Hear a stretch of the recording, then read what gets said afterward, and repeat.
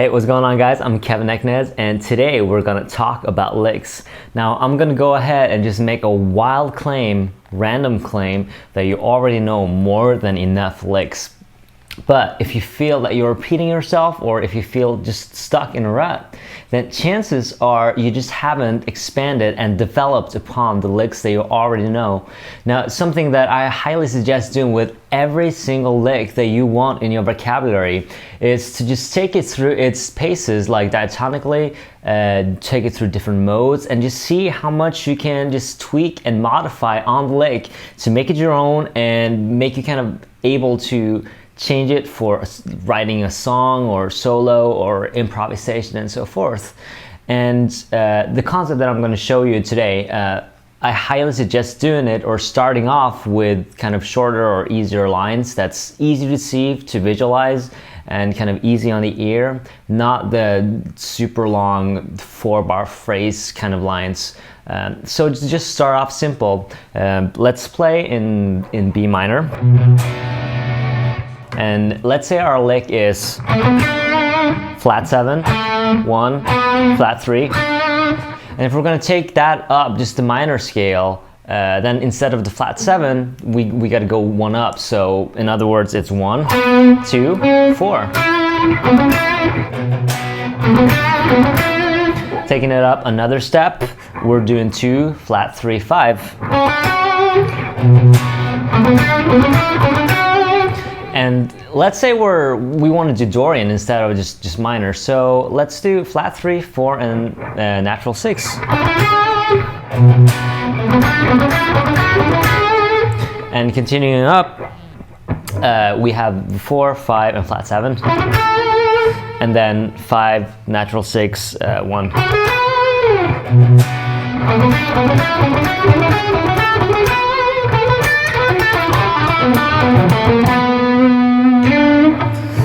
That's just a way to develop that, and right now we're using the same strings, so you can obviously go up and you could take a little leap to just make it easier for yourself as you're developing the lick.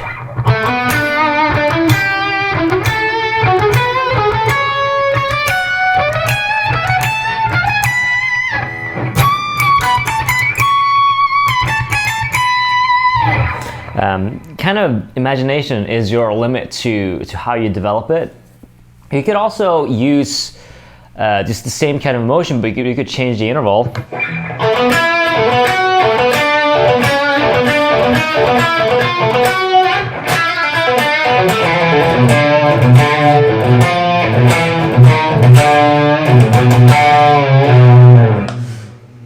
Just whatever your imagination desires, and just working on this should enable you to just be more creative on the fly, or kind of just expand your entire imagination to where you can take a line. And so being very good at this concept will enable you to have literally the simplest idea in the beginning of a solo, and you can take it to some incredible places. And I actually prepared 3 different licks for you guys, and I take them through just different modes.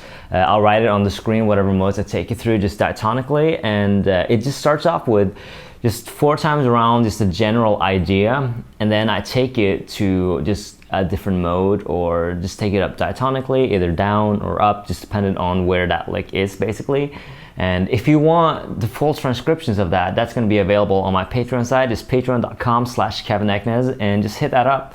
It's $2 a month, and you get access to a ton of extra content. And I'm gonna add a follow-up lesson on this, just to stretch it a little bit further than the YouTube goes, just to kind of have a little benefit of the Patreon support. So if you're interested in that, just hit up that. Otherwise, there's going to be tabs on the screen right now.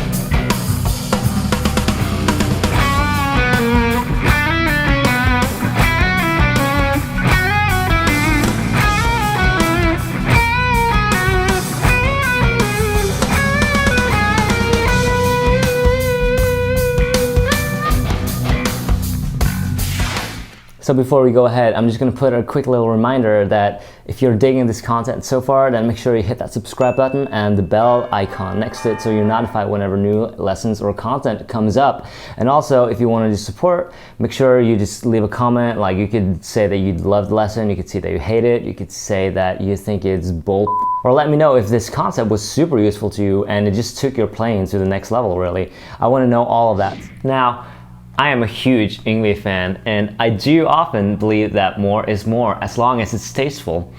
But when it comes to quantity of vocabulary, I do think as long as less means that you know it better, at that point, the less is more. I think it's more important to just know a few, maybe 5 or 10 licks, but you can take him through the galaxy and back. That's way better than knowing 1,000 licks, but knowing just like half. So one thing that's cool to do with it is just take it through the different modes, but also just go through minor and major. So just convert lick to major. For instance, you can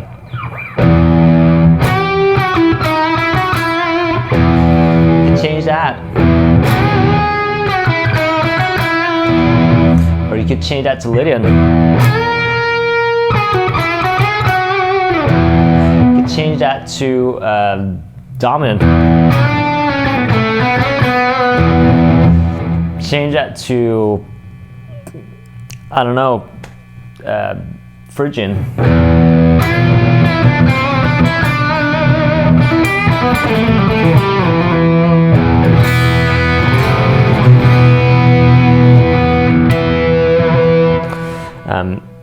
I think that it's super important to just see how much can you stretch each lick. I know I keep repeating myself, but I can't stress that enough. And that's really one thing that I wish I focused more on when I was practicing in my earlier years. I used to actually have a huge Sibelius file where I had transcribed every tasty lick that I really loved, and I would practice them every day. And obviously you can execute them and all that, but it's more important to just focus on the few, and that eventually just becomes part of your sound.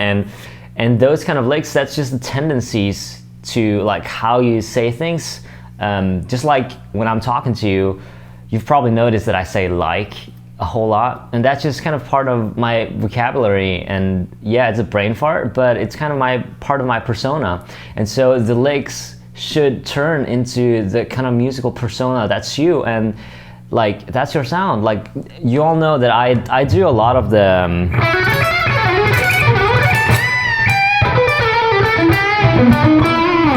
like a lot of those, and a lot of the times those kind of sweeps is just kind of a brain fart. Like, I don't have any other musical ideas in the moment to where to go to, so I'm just gonna pop a sweep out. And that's kind of, it's just a part of the sound, and that's kind of the beauty. The beauty to me is in the authenticity. You're kind of able to tell when somebody is not actually talking from the bottom of their heart, if they're kind of just making something up. Just like if you're listening to speech and somebody is talking just a bunch of complicated words, you should be able to tell if those are actually in their vocabulary, if they're just trying to sound smart. One thing that's also important to know is that you're always going to sound more repetitive to yourself than you actually do to somebody else, because whoever is listening to you have not listened to you as much as you have when you've been practicing and so forth. So if you ever feel that you just keep repeating yourself, then just make sure that you're able to stretch the little ideas you have, because that idea that you keep repeating, chances are you've played that 1,000, 10,000 times. And so when you've worked on that so much and played it so much, why not kind of just embrace all the work put into that and just take it to the next level? Well, anyway, I hope you enjoyed that little lesson, and I really think that this is a super, super important subject to just develop on, and it's kind of the beginning of motivic or thematic development. And check it out, practice it, mess around with it, have fun with it, and I'll see you next time.